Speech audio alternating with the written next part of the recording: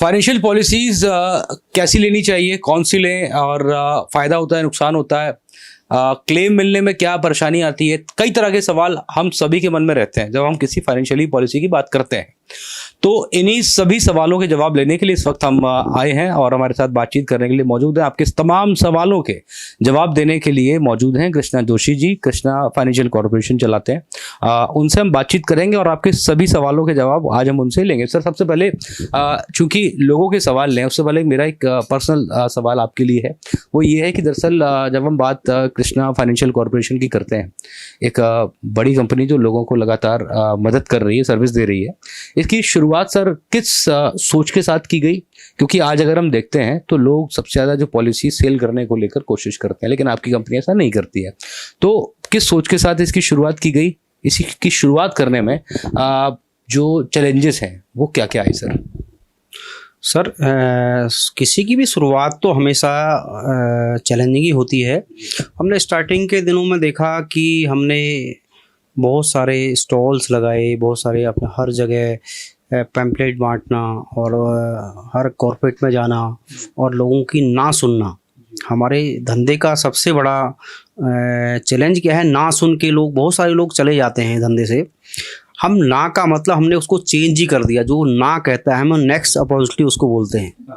हमें जो जिस आदमी ने बीमा करने के लिए मना कर दिया, हम उसको कहते हैं नेक्स्ट अपॉर्चुनिटी है, हम आगे चले जाते हैं। और चैलेंज तो है हर सब्जेक्ट में। मेरे साथ जो चैलेंज आया तो कुछ लैंग्वेज का आया, दूसरा क्या कि मैं उत्तराखंड से बिलोंग करता हूँ, तो लोकल में कोई जानकारी नहीं होने की वजह से हमने काफ़ी स्ट्रगल किया। लेकिन आज की स्टेज में ये है कि हम लोग स्ट्रगल फील नहीं करते हैं, अब लोग हमारी सर्विस से जानते हैं। बिल्कुल सर, इसी के पीछे जो सोच रही सर कि आखिरकार इसको क्यों शुरू किया जाए, ये क्या ज़रूरी है आज की तारीख में, ये सर कौन सी सोच है इसके पीछे? सर, आज की डेट में ज़रूरी इसलिए है कि जिस आदमी के पास लाइफ इंश्योरेंस नहीं होता है या हेल्थ इंश्योरेंस नहीं होता है या रिटायरमेंट प्लानिंग नहीं होती है, हम लोगों को स्ट्रगल करते हुए देखते हैं। मैं अपने एवरी बर्थडे पर वृद्धाश्रम जाता हूँ, जो सीनियर सिटीजन होम जाता हूँ, वहाँ लोगों की स्थिति देखता हूँ कि लोगों को रिटायरमेंट में कितने स्ट्रगल झेलने पड़ते हैं। बाकी हम स्टोरियाँ न्यूज़पेपर्स में या अपने इंस्टाग्राम में या कहीं पर भी सोशल मीडिया चैनल्स में देखते हैं कि सीनियर सिटीजन्स की हालत देश में बहुत ख़राब है। सर, मेरा पर्पज़ क्या है कि मैं कम से कम 1 लाख सीनियर सिटीजन को 2029 तक उनको इस तरह से सिक्योर कर पाऊँ कि अगले लोग मुझे एक मिसाल पेश करें। दूसरी बात क्या है कि इंश्योरेंस के, लाइफ इंश्योरेंस के बिना जिन लोगों की डेथ होती है उनके घरों में हम चेक देने या कहीं पर उनके पेपर करेक्ट करने जाते हैं। हमने कोरोना में देखा कि जिन घरों में डेथ हुई ना, उनको पता ही नहीं पॉलिसी किसने ली थी, कहाँ किया, क्या किया। कोरोना ने मुझे इतना प्रेरित किया कि मुझे ना ये काम ज़रूर करना चाहिए। अब तो सर ऐसा हो गया, हेल्थ इंश्योरेंस के बारे में भी मैं किसी भी इंसान से जब मिलता हूं तो उनको हेल्थ इंश्योरेंस सबसे पहले पूछता हूं कि भाई साहब हेल्थ इंश्योरेंस कितना है आपका? वो कहते हैं कि मेरे पास 3 लाख का है, 5। मैं कहता सर कम से कम 1 करोड़ का हेल्थ इंश्योरेंस ज़रूर करो आप। उससे प्रीमियम ज़्यादा नहीं आता उसका, लेकिन कहीं ऐसा ना हो अपने दिल में अपना आदमी चला जाए, हम सोचते रहे हमारा पैसा नहीं था। देखो, हिंदुस्तान में ना गुड़गांव ऐसी सिटी है, दिल्ली ऐसी सिटी है, यहाँ पर ना जो हॉस्पिटल हैं वो 5 स्टार होटल, 7 स्टार होटल से कम नहीं है। 2 दिन हॉस्पिटल में रहना पड़ जाए 3 लाख वैसे ही लग जाता है। तो मेरा मानना है कि आपका हेल्थ इंश्योरेंस सफिशिएंट होना चाहिए। उसके लिए एक फार्मूला है, वर्ल्ड वाइड फार्मूला है, जो बताया गया कि अपनी रिटायरमेंट प्लानिंग के लिए आपको कम से कम आपकी आज जो अर्निंग कर रहे हैं उसका 20% पैसा हमेशा बचाना चाहिए जिस दिन से आप अर्न कर रहे हैं। और अपनी हेल्थ इंश्योरेंस के लिए कम से कम आपने अपनी इनकम का 2% पैसा हमेशा बचाना चाहिए हर मंथ। और अपने बच्चों के एजुकेशन के लिए, एजुकेशन कॉस्ट इतनी बढ़ रही है आज की डेट में। देखो, पेट्रोल महंगा हो गया, सिलेंडर महंगा हो गया, तो गाड़ियां जला दी जाती हैं। एजुकेशन कॉस्ट बढ़ रही हिंदुस्तान में। कोई भी आदमी कहीं पर कुछ नहीं बोलता है। जिनके बच्चे हायर एजुकेशन के लिए जा रहे हैं आज की डेट में, उनको पता है कि एजुकेशन इन्फ्लेशन आज की डेट में 140% है। देखो, हम कहते हैं एजुकेशनल प्लानिंग करने के लिए हर इंसान को जो वर्ल्ड वाइड फार्मूला है, अपनी इनकम का डे 1 से जब से अर्निंग कर रहे हैं 7% से 10% आपको इन्वेस्ट और सेविंग करना चाहिए। उसके अलावा यदि आपके पास सरप्लस पैसा बचता है तो आपको एंजॉय करना चाहिए, फिर आपको घूमना चाहिए। लेकिन हिंदुस्तान में ऐसा नहीं है, हम उल्टा करते हैं, पहले एंजॉय करते हैं, उसके बाद प्रॉपर्टी में इन्वेस्ट करते हैं, उसके बाद इक्विटी में जाते हैं, इंश्योरेंस के बारे में हम सोचते नहीं हैं।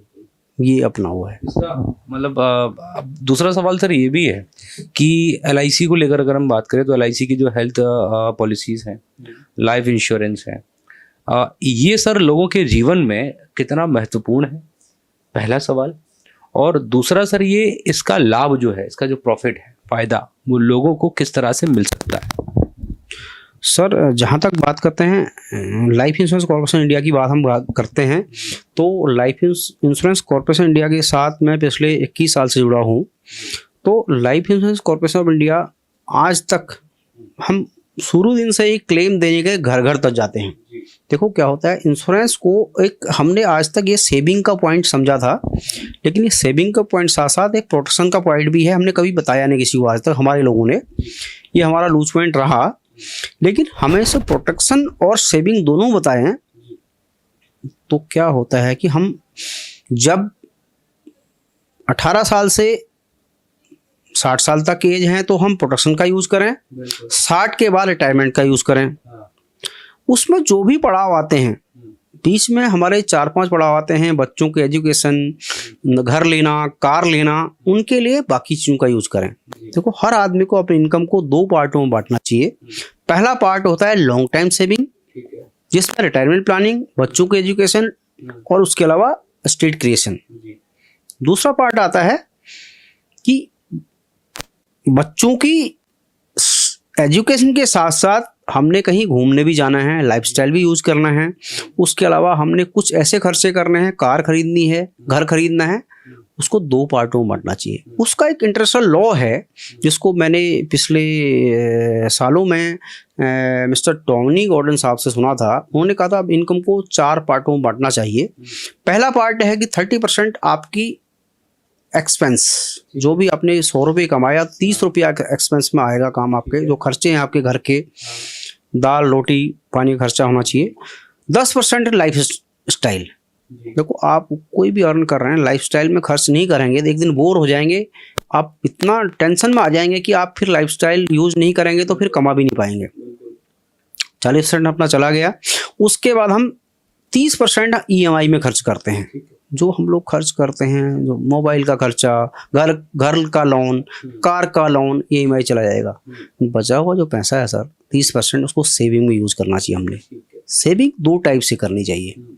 पहली टाइप ऑफ सेविंग होती है कि अब long time saving, retirement planning, बच्चों के एजुकेशन, एस्टेट क्रिएशन, फ्यूचर के खर्चे जो होते हैं 10 साल के बाद के खर्चे।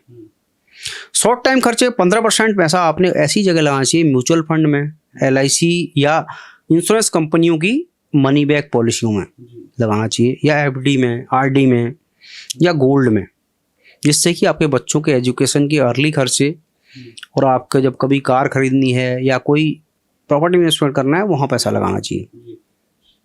ये अपना फाइनेंशियल गोल्ड रूल है। यस सर, मेरे कई जानने वाले हैं जिनकी कई पॉलिसीज़ वगैरह रही हैं, लेकिन आज तक वो कई सारी परेशानियों का सामना करते हैं क्लेम को लेकर।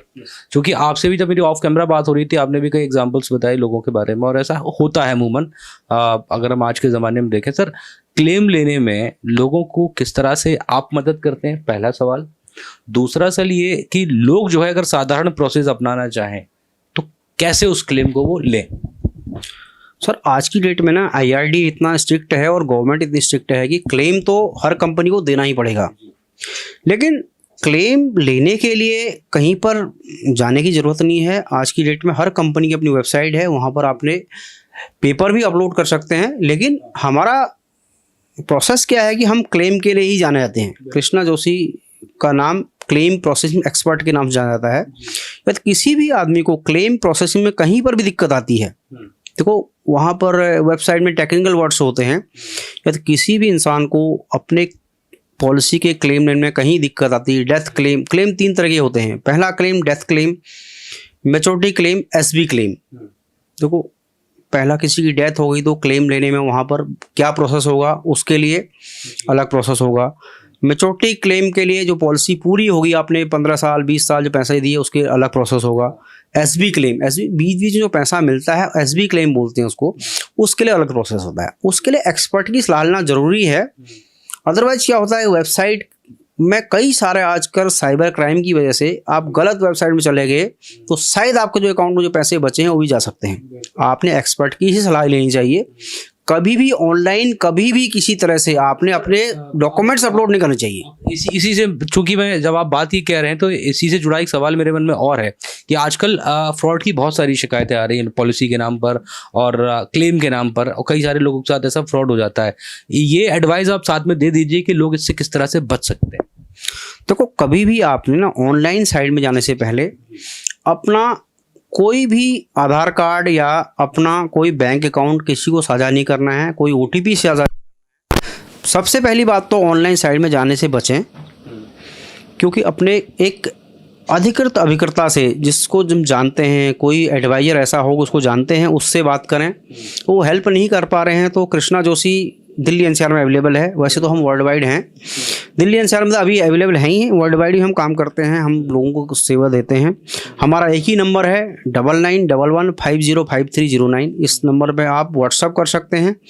कॉल हमेशा नहीं उठाई जा सकती है, आप व्हाट्सअप डाल देंगे तो आपको सपोर्ट जरूर मिलेगा सर। सर, अगर हम बात करें किसी एक आम पब्लिक, उदाहरण के तौर पर जो एक रेडी लगाता है सड़क पर, और किसी एमएनसी के मालिक, कोई गवर्नमेंट जॉब, इन सबको सर एक एडवाइज़र के तौर पर आप क्या एडवाइस देना चाहते हैं कि वो अपने जीवन में जो आर्थिक सुरक्षा है, स्थिरता है, उसको लेकर क्या करें?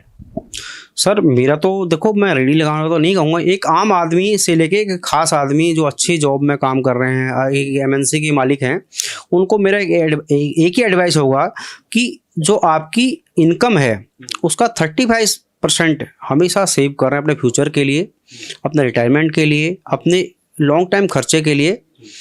मेरा अपना खुद का अपना विचार है कि 24 जनवरी 2029 तक हम 1 लाख लोगों को फाइनेंशियली, 1 लाख फैमिलियों को फाइनेंशियली इंडिपेंडेंट कर पाए हैं। उस दिन हम फाइनेंशियल इंडिपेंडेंस डे बनाना, आर्थिक स्वतंत्रता दिवस बनाना चाह रहे हैं। इसीलिए कि हम चाहते हैं कि जैसे हम पॉलिटिकली तो हम 1947 को हम स्वतंत्र हो गए थे, लेकिन फाइनेंशियली आज तक भी हम स्वतंत्र नहीं हैं। हम सोचते हैं कि यार स्वतंत्रता कब आएगी, हम एक एक चीज़ के लिए देख रहे होते हैं। फाइनेंशियल इंडिपेंडेंस डे बनाने के लिए हम 24 जनवरी 2029 का वेट करें सर। हम चाहते हैं सभी लोग अपना 35% साल की इनकम सेव करें, अपनी रिटायरमेंट प्लानिंग के लिए प्लान करें, बच्चों की शिक्षा के लिए प्लान करें, अपने लॉन्ग टाइम गोल के लिए प्लान करें।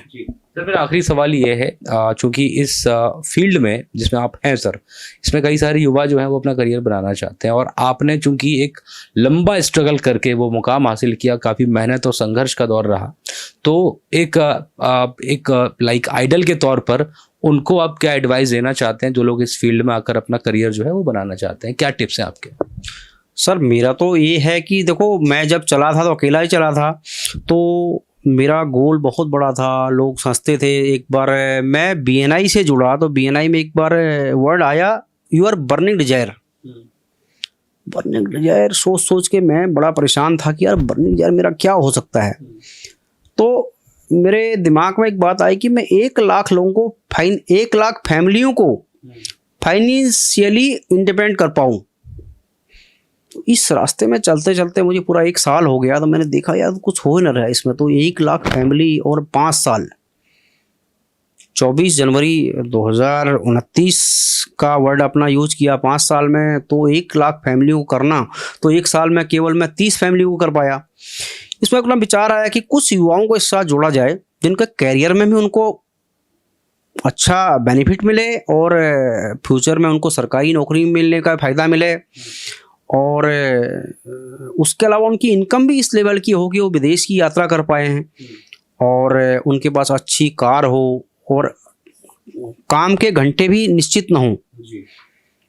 तो ऐसा विचार आया गृहिणियाँ भी उसमें काम कर सकती हैं, तो उसके लिए मैं अपनी टीम बनाने के लिए 100 लोगों की एक टीम बनाना चाहता हूँ अगले 1 साल में, जिसमें ये लोग काम कर पाएँ और अपना कैरियर बनाएं और मेरे मिशन में साथ दें। 1 लाख लोगों फैमिलियों को हमने इंडिपेंडेंस करना है, इसीलिए हम चाहते हैं कि युवाओं को जुड़ना चाहिए, उनको कैरियर भी है और उसके साथ इनकम भी है। बहुत बहुत शुक्रिया सर आपका हमारे साथ बातचीत करने के लिए।